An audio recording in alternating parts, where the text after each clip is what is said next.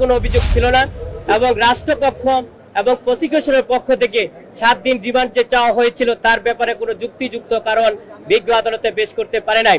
মিরপুর একটা হত্যা মামলায় আজকে বিশিষ্ট কণ্ঠশিল্পী মমতাজ বেগমকে গ্রেপ্তার করে বিজ্ঞ সিএমএম আদালতে আনয়ন করা হয়েছে এবং প্রসিকিউশনের পক্ষ থেকে 7 দিন রিমান্ড চাওয়া হয়েছিল এবং বিজ্ঞ আদালতে আমরা বলেছি যে শিল্পী মমতাজ উনি বারবার পার্লামেন্ট মেম্বার ছিলেন, দেশের জন্য এবং জাতির জন্য উনি কাজ করে গিয়েছেন এবং বাংলাদেশের অত্যন্ত জনপ্রিয় উনি কণ্ঠশিল্পী, যে শিল্পীর মাধ্যমে সারা দেশব্যাপী সারা বিশ্বে যার জনপ্রিয়তা রয়েছে।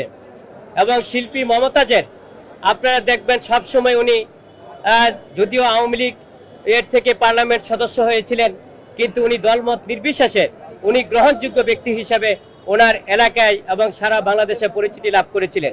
আমরা বিজ্ঞ আদালতে সে সাবমিশন রেখেছি। বিজ্ঞ আদালতে আমরা এটাও বলেছি যে মিরপুর থানার যে হত্যা মামলা হয়েছে, এই মামলায় যখন ঘটনাটা ঘটেছে তখন শিল্পী মমতাজ ঢাকাতেই ছিলেন না, উনি তো ওনার নির্বাচনের এলাকা মানিকগঞ্জে অবস্থান করেছিলেন।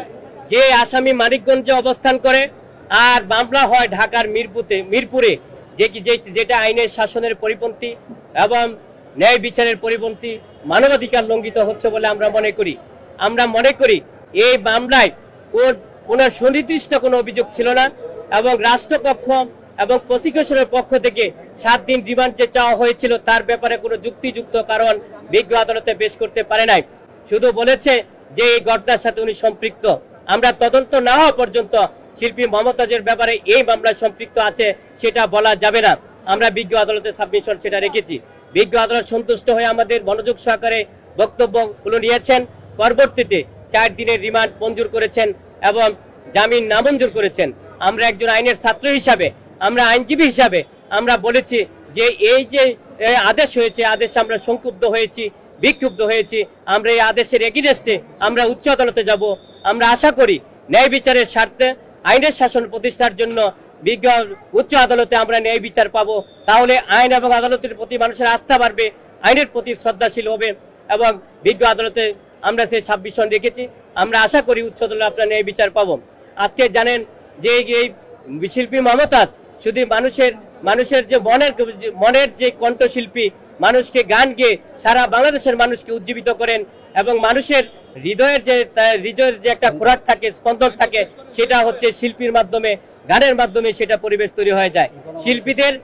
শিল্পীদের মনে সবসময় মানুষের মন ভালো থাকে, শিল্পীদের কণ্ঠে মানুষকে উজ্জীবিত করেন এবং শিল্পীরা সবসময় মানুষের কণ্ঠে উজ্জীবিত হয়ে মানুষকে সবসময় সমাজ থেকে, বিপদ থেকে এবং বিপদ রক্ষা করে থাকেন। সেই শিল্পী মমতাজও আজকে দেখেন যুগের পর যুগ উনি কণ্ঠশিল্পী হিসাবে উনি সমাজে প্রতিষ্ঠিত, রাষ্ট্রে প্রতিষ্ঠিত, সংস্কৃতির মধ্যে উনি উজ্জ্বল নক্ষত্র হিসাবে। পরবর্তীতে উনি পার্লামেন্ট সদস্য হয়েছেন, বারবার পার্লামেন্ট সদস্য হয়েছেন, জনগণ ওনাকে নির্বাচিত করেছেন এবং পার্লামেন্টে উনি বিভিন্ন সময় দেশের জন্য, জাতির জন্য উনি বক্তৃতা করেছেন। এবং পরিশেষে আমরা এতটুকু বলতে পারি যে আমরাও চাই যদি কোনো অন্যায় অপরাধ হয়ে থাকে সেটা সুষ্ঠু তদন্তের মাধ্যমে বের হয়ে আসুক, কিন্তু শুধু এমপি, মন্ত্রী এবং এই মামলায় আপনারা জানেন 1 নম্বর আসামি করা হয়েছে প্রাক্তন প্রধানমন্ত্রী শেখ হাসিনা সহ মন্ত্রী, উপদেষ্টা, সচিব, তাদেরকে এই মামলায় সম্পৃক্ত করলে ন্যায় বিচার পাবে না। তদন্তের মাধ্যমে যারা অপরাধী তাদেরকে যদি এই মামলায় সম্পৃক্ত করা হয় তাহলে বাদী ন্যায় বিচার পাবে এবং আইনের শাসন প্রতিষ্ঠা